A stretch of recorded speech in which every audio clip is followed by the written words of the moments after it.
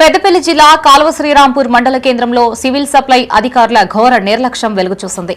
ఒకవైపు మొక్కజొన్న రైతులు గోనె సంచుల కోసం అల్లాడుతుంటే మరోవైపు మార్కెట్ యార్డ్ గోదాంలో లక్షలాది సంచులు వృధాగా పడవేసిన వైనం స్థానికంగా తీవ్ర కలకలం రేపుతోంది. దీంతో అధికారుల బాధ్యతారాహిత్యంపై రైతులు, బీఆర్ఎస్ నాయకులు తీవ్ర ఆగ్రహం వ్యక్తం చేస్తున్నారు.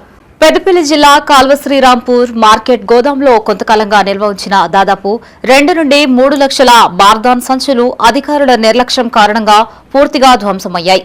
ప్రస్తుతం మొక్కజొన్నల దిగుమతి స్థలం కోసం మార్కెట్ యార్డులోని బార్దాన్ సంచులను ఖాళీ చేయాలని ఎమ్మెల్యే విజయరమణారావు ఆదేశించారు. ఈ మేరకు అధికారులు జేసీబీ సహాయంతో గోదాంలోని సంచులను తొలగించారు.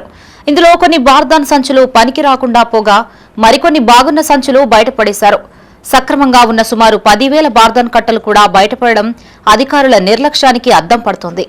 15 రోజులుగా మొక్కజొన్న పండించిన రైతులు బార్దాన్ సంచుల కోసం నానా అవస్థలు పడుతున్నారు. కాగా మార్క్ఫెడ్ అధికారులు మొక్కజొన్న కొనుగోలుకు సంచులు, తాడు రైతులే తెచ్చుకోవాలనే కండిషన్ పెట్టారు.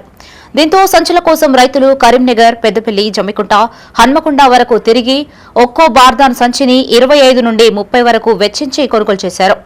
ఇంత జరుగుతున్నా సివిల్ సప్లై అధికారులకు గోదాంలో ఇన్ని లక్షల సంచులు ఉన్నాయనే కనీస ఆలోచన లేకపోవడంపై తీవ్ర విమర్శలు వ్యక్తమవుతున్నాయి.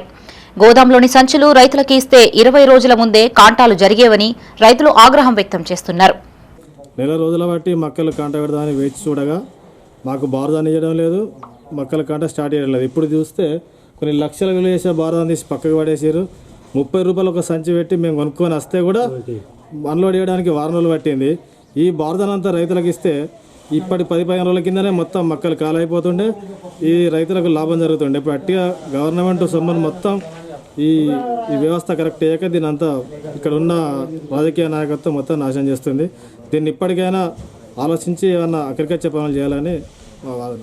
30 రూపాయలు సివిల్ సప్లై వారు మరి ఈ బార్దాన్ ఉన్నదని ఒక ఆలోచన కూడా వాళ్ళకు లేకపోవడం, మరి అదేవిధంగా ఆ బార్దాన్ ఏదో గతంలోనే రైతులకు ఇస్తే మరి దాదాపు 20 నుంచి 25-30 రూపాయల దాకా మరి మక్కల రైతులు ఒక్కొక్క బాధాను ఒక్కొక్క సంచికి మరి ఎక్కడెక్కడో తిరిగి కరీంనగర్, పెద్దపల్లి, జమ్మికుంట అనుకుంటూ హన్మకొండ దాకా కూడా పోయి తెచ్చుకున్నటువంటి రైతుల కోసం అయితే నిజంగా కూడా ఆగమగోచరం.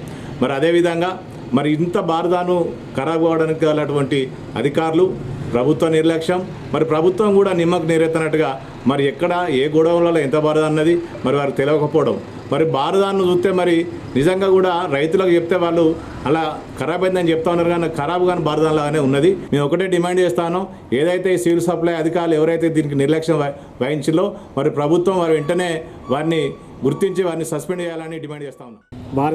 బార్దాన్ కొనుక్కొసుకున్నాం, సుత్తిని కొనుక్కొసుకున్నాం. బార్దాన్ కూడా బయట వేసారు. అది ఇస్తే మేము నింపుకుందాం, టెస్ట్ చేసారు. అది పైసలు పెట్టి కొనుక్కొచ్చినా నేను బార్దాన్ 65 సంవత్సరాలు అయినాయి. 65 సంవత్సరాలు కొనుక్కొచ్చి బార్దాన్ నింపిన నేనే. బార్దాన్ అట్టిగా ఖరాబ్ చేసారు, కొనుక్కొచ్చి నేను వేసిన నింపిన. అవి బార్దాను ప్లస్ సుత్తిని సుద్ధ కొనుక్కొచ్చుకున్నాం. 20 రోజులు వెయిటింగ్ చేసినాం. ఇప్పుడు లోడ్ అయి 4 రోజులు అవుతుంది. 5 రోజులు బార్దాన్ దర్దాపు అది సరిపోయేంత బార్దానికి ఎక్కువ వేస్ట్ చేశారు. బార్దాన్ అంతా పక్కకు వచ్చి వేస్ట్ చేశారు.